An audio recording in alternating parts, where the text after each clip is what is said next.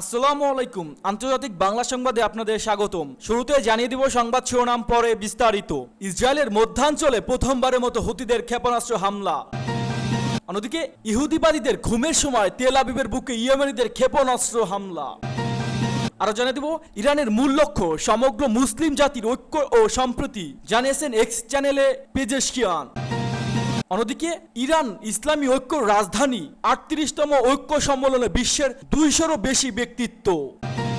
এবং সবশেষ জানিয়ে দিব রাশিয়ার ভেতরে হামলার অনুমতি দিতে পশ্চিমাদের প্রতি আবারও আহ্বান জেলেনস্কির। এতক্ষণ দেখছিলেন সংবাদ শিরোনাম, এবার বিস্তারিত। তার আগে আপনি আমাদের ভিডিওটি কোন জেলা থেকে দেখছেন অবশ্যই কমেন্ট করে জানিয়ে দিবেন এবং আমাদের সাথে থাকার জন্য চ্যানেলটি সাবস্ক্রাইব করে দিবেন। ইসরায়েলে মধ্যাঞ্চলে প্রথমবারের মতো হুতিদের ক্ষেপণাস্ত্র আঘাত। ইয়েমেনে হুতি বিদ্রোহীদের ছোড়া ক্ষেপণাস্ত্রে প্রথমবারের মতো ইসরায়েলিদের মধ্যাঞ্চলে পৌঁছাতে পেরেছে। গতকাল রোববার ক্ষেপণাস্ত্রটি ছোড়া হয়। এ ঘটনার প্রতিক্রিয়া ইসরায়েলের প্রধানমন্ত্রী বেনিয়ামিন নেতানিয়াহু বলেছে, এর জন্য ইরান সমর্থিত হুতিদের চড়া মূল্য দিতে হবে। হুতি বিদ্রোহীদের সামরিক মুখপাত্র ইয়াহিয়া সারিয়া বলেছেন, তাদের ছোড়া যে ক্ষেপণাস্ত্রটি ইসরায়েলের মধ্যাঞ্চলে পৌঁছেছে সেটি নতুন একটি হাইপারসনিক ব্যালিস্টিক ক্ষেপণাস্ত্র। ২০৪০ কিলোমিটার দূরত্বে ওই লক্ষ্যবস্তুতে ক্ষেপণাস্ত্রটি সময় লেগেছে মাত্র ১১.৫ মিনিট। ইসরায়েলি সামরিক বাহিনী এক কর্মকর্তা বলেন, আকাশ প্রতিরক্ষা ব্যবস্থা ব্যবহার করে আকাশের ক্ষেপণাস্ত্রটি টুকরো টুকরো করে দেওয়া হয়েছে, তবে এটি পুরোপুরি ধ্বংস করা হয়নি। ক্ষেপণাস্ত্রটি লক্ষ্য পৌঁছানোর কিছুক্ষণ আগে স্থানীয় সময় বিকাল ৬টা ৩৫ দিকে তেল আবিব ও ইসরায়েলের মধ্যাঞ্চলে বিমান হামলাজনিত সংকেতে বেজে ওঠে। সেখানকার বাসিন্দারা তখন দ্রুত নিরাপদে আশ্রয়ে চলে যান। বিকট শব্দ শোনা গিয়েছিল। ক্ষেপণাস্ত্রটি টুকরো টুকরা অংশগুলো জমিন ও পাশের একটি রেল স্টেশনে পড়েছে। এ ঘটনার সরাসরি কোনো হতাহতের ঘটনা ঘটেনি, তবে তড়িঘড়ি করে নিরাপদে আশ্রয় নেওয়ার যাওয়ার সময় ৯ জন হালকা আঘাত পেয়েছেন। বার্তা সংস্থা রয়টার্সে সংবাদকর্মীরা ইসরায়েলের মধ্যাঞ্চলে একটি খোলা মাঠ থেকে ধোঁয়া উঠতে দেখেছেন। মন্ত্রিসভার সাপ্তাহিক বৈঠকে ইসরায়েলি প্রধানমন্ত্রী বেনিয়ামিন নেতানিয়াহু বলেছেন, হুতিদের বোঝা উচিত ছিল যে ইসরায়েলের উপর হামলা হলে দেশটি চড়া মূল্য আদায় করে নিতে পারে। গত বছর অক্টোবর গাজার যুদ্ধ শুরুর পর থেকে হুতি বিদ্রোহীরা ইসরায়েলকে লক্ষ্য করে বারবারই ড্রোন ও ক্ষেপণাস্ত্র ছুড়েছে। ফিলিস্তিনদের সঙ্গে একাত্মতা প্রকাশ করে এসব হামলা চালানো হচ্ছে বলে দাবি সশস্ত্র গোষ্ঠী। গত জুলাই মাসে প্রথমবার তেল আবিব ড্রোন হামলা চালিয়েছে হুতিরা। ওই ইহুদিবাদীদের ঘুমের সময় তেল আবিবের বুকে ইয়েমেনিদের ক্ষেপণাস্ত্র হামলা। পার্স টুডে ইয়েমেনি সশস্ত্র বাহিনী ব্যালিস্টিক ক্ষেপণাস্ত্র দিয়ে তেল আবিবের উপর যেভাবে হামলা চালিয়েছে তা বিশ্লেষক এবং পর্যবেক্ষকদের দৃষ্টি আকর্ষণ করছে। অভাবিতপূর্ব ওই হামলার কথা তাদের মুখে মুখে উচ্চারিত হচ্ছে। গতকাল সকালে ইসরায়েল একটি নয়া পরিস্থিতির সম্মুখীন হয়েছে। ইয়েমেনে থেকে দূরপাল্লার ব্যালিস্টিক ক্ষেপণাস্ত্র দিয়ে হামলা চালানো হয়েছে তেল আবিবে। ইসরায়েল এবং আমেরিকার প্রতিরক্ষা ব্যবস্থাগুলো ওই ক্ষেপণাস্ত্রকে আটকাতে ব্যর্থ হয়েছে। পার্স টুডে আরও জানায়, ইসরায়েলের সবচেয়ে গুরুত্বপূর্ণ বিমানবন্দর বেন গুরিয়ার কাছে ওই ক্ষেপণাস্ত্র আঘাত হানে। ক্ষেপণাস্ত্র হামলার ঘটনা ইসরায়েলি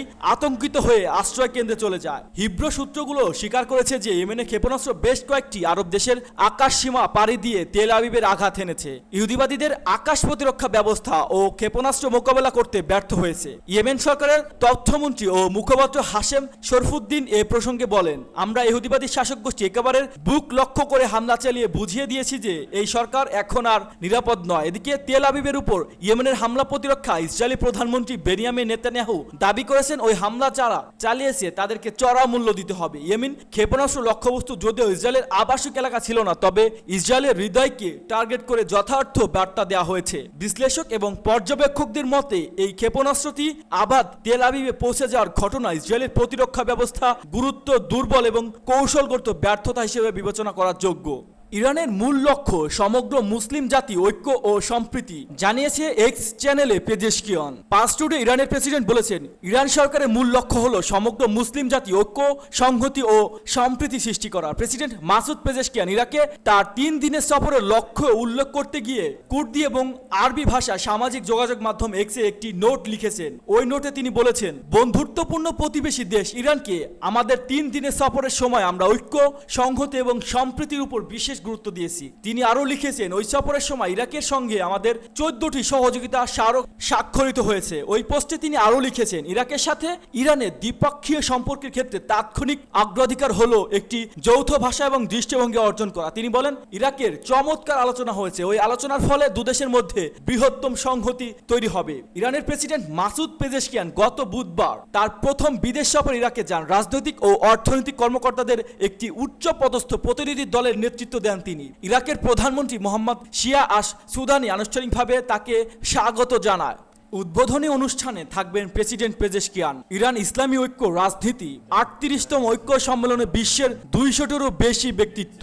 ইসলামী মাযহাবগুলো ঘনিষ্ঠকরণ বিষয়ক বিশ্ব সংঘের মহাসচিব হজ্জাতুল ইসলাম হামিদ শাহরিয়ার বলেছেন, ইসলামী ঐক্য সম্মেলনে 38তম অধিবেশনে উদ্বোধনী অনুষ্ঠানে বৃহস্পতিবার তেহরানে সামিট হলে 234 জন ধর্মীয় বিশেষজ্ঞ বা আলেম এবং সাংস্কৃতিক ব্যক্তিত্বের উপস্থিতি অনুষ্ঠিত হবে। হজ্জাতুল ইসলামী হামিদ শাহরিয়ার বলেছেন, ইসলামী প্রজাতন্ত্র ইরানের রাষ্ট্রপতি মাসুদ পেজেশকিয়ান 38তম ইসলামী ঐক্য সম্মেলনের উদ্বোধনী অনুষ্ঠানে উপস্থিত থাকবেন। তিনি আরও বলেছেন, আমন্ত্রিত অতিথিদের মধ্যে 30টি মুসলিম দেশের ধর্মীয় চিন্তাবিদ ও সরকারি ব্যক্তিত্ব যারা সাধারণত আন্তর্জাতিক ধর্মীয় সংস্থার প্রধান বা মুফতি তারা উপস্থিত থাকবেন এবং এই প্রথম আমেরিকা ও পূর্ব এশিয়া থেকে পশ্চিম এশিয়া, মালয়েশিয়া এবং ইন্দোনেশিয়া অতিথি সহ সর্বমোট 39টি দেশের অতিথিরা এই সম্মেলনে থাকছেন। এই সম্মেলনে 30টি মুসলিম দেশের 30 জন নারী চিন্তাবিদ উপস্থিত থাকবেন বলে হুজ্জাতুল ইসলামী হামিদ শাহরিয়ারি জানিয়েছেন। তিনি আল আকসা মসজিদকে ইসলামী বিশ্বের অভিন্ন হৃদয় হিসেবে উল্লেখ করে বলেছেন,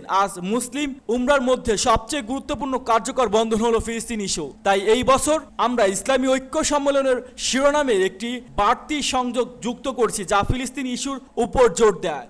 রাশিয়ার ভেতরে হামলার অনুমতি দিতে পশ্চিমাদের প্রতি আহ্বান জেলেনস্কি। রাশিয়ার অনেকটা ভেতরে সামরিক লক্ষ্যবস্তুতে বিশেষ করে বিমান ঘাঁটিতে হামলা চালানোর অনুমতি কিয়েভকে দেওয়ার জন্য পশ্চিমা মিত্রদের কাছে আবার আহ্বান জানিয়েছেন ইউক্রেনের প্রেসিডেন্ট ভ্লাদিমির জেলেনস্কি। ইউক্রেনের খার্কিভে রাশিয়ার প্রাণঘাতী হামলার পর গতকাল রোববার জেলেনস্কি এই আবেদন জানান। গতকাল রাতে নিজের নিয়মিত সংবাদ ব্রিফিংয়ে জেলেনস্কি বলেন, শুধু একটি পদ্ধতিগত সমাধানের মাধ্যমে এই সন্ত্রাসবাদী প্রতিরোধ করা সম্ভব, আর তা হলো রাশিয়ার সামরিক বিমান ঘাঁটিগুলোতে দূরপাল্লার ক্ষেপণাস্ত্র দিয়ে হামলা। তারা যুক্তরাষ্ট্র, যুক্তরাজ্য, ফ্রান্স, জার্মানি, ইতালির কাছ থেকে যথাযথ সিদ্ধান্তের অপেক্ষায় আছেন। এর আগে গতকাল রাশিয়ার একটি গাইডেড বোমা খারকিভের একটি আবাসিক ভবনে আঘাত হানে। উদ্ধারকর্মীরা পরে ভবনের ধ্বংসস্তূপের নিচে থেকে এক বৃদ্ধ লাশ উদ্ধার করেন। এই হামলায় 42 জন আহত হয়েছেন বলে জানিয়েছে খারকিভের মেয়র ইগোর তেরেভ।